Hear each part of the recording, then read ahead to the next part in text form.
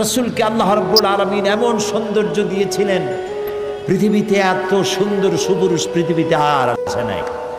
এই দুনিয়ার কোন শিল্পী তার তুলি দিয়ে রং দিয়ে এত সুন্দর ছবি আঁকাইতে পারবে না পৃথিবীর কোন মানুষ। কারণ এই ছবি এঁকেছিলেন যিনি, তিনি শিল্পীর শিল্পী। তিনি কে? আল্লাহ তাআলা।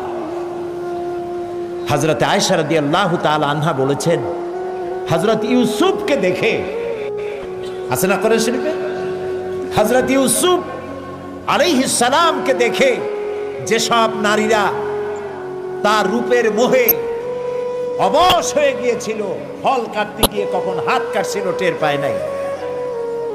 হযরত আয়েশা বলেন, ওইসব মেয়ে লোকগুলি যদি আল্লাহর নবী মুহাম্মদ রাসূলুল্লাহ সাল্লাল্লাহু আলাইহি ওয়াসাল্লামকে দেখতে পেত, তাহলে আঙ্গুল কাটতে কাটতে কোন ফাঁকি তারা তাদের কলিজাকে কেটে ফেলে দিত, টের পেত না। কবি বলেছেন, হযরত ইউসুফ আলাইহিস সালামের রূপ সৌন্দর্য দেখে কিছু সংখ্যক মেয়ে লোক হাতের আঙ্গুল কেটেছিল, আর নবীজিকে দেখে তার হুকুমে সাহাবায়ে কেরাম নিজেদের কল্লা কাটায় দিয়েছিলেন। হযরত আনাস রাদিয়াল্লাহু তাআলা আনহু তিনি বলছেন, আমি রাসূলকে আমার বাড়িতে দাওয়াত দিয়েছিলাম, ওটি পূর্ণিমার রাত ছিল। খাওয়া দাওয়া শেষ করে রাসূলুল্লাহ বাইরে বেরিয়ে এসেছেন। হাদিস শরীফে পরিষ্কার বর্ণনা এসেছে, রাসূলের গায়ে একটি লাল চাদর বা একটি লাল জামা গায়ে দেওয়া ছিল।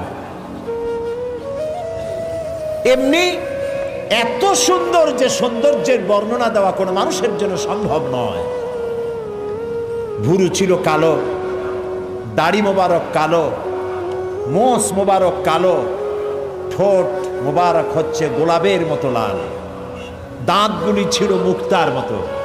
যখন তিনি হাসি দিতেন, নিচের কালো দাড়ি, উপরে কালো মোচ, গোলাপের পাপড়ির মতো ঠোঁটের মধ্য দিয়ে মুক্তোর মতো দাঁতের যখন হাসি বেরোতো, মনে হতো যেন কালো মেঘের মধ্য থেকে বিদ্যুৎ চমকে গেল। মানুষেরা শুধু তাকিয়ে থাকতো, কেউ চোখের পলক ফেলতো না। হযরত আনাস বলেন, আমার মা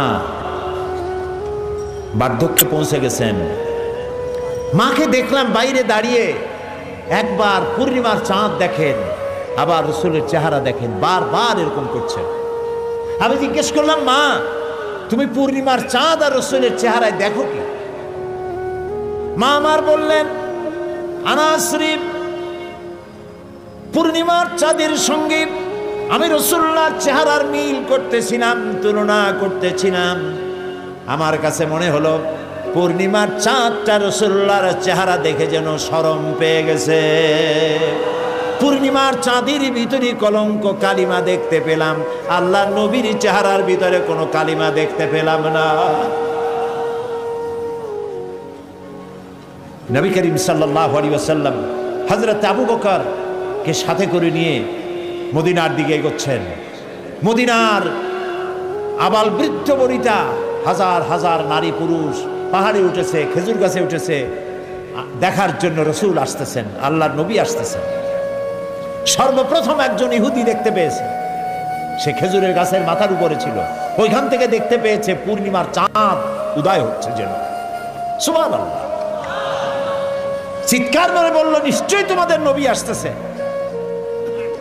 নবীজি যখন প্রবেশ করেছেন, মদিনার আবাল বৃদ্ধ বনিতা একযোগে গেয়ে উঠল, তালাআল বাদরু আলাইনা মিন সানিয়াতিল ওয়াদাই ওয়াজাবাশ শুকরু আলাইনা মাদা লিল্লাহি দাই।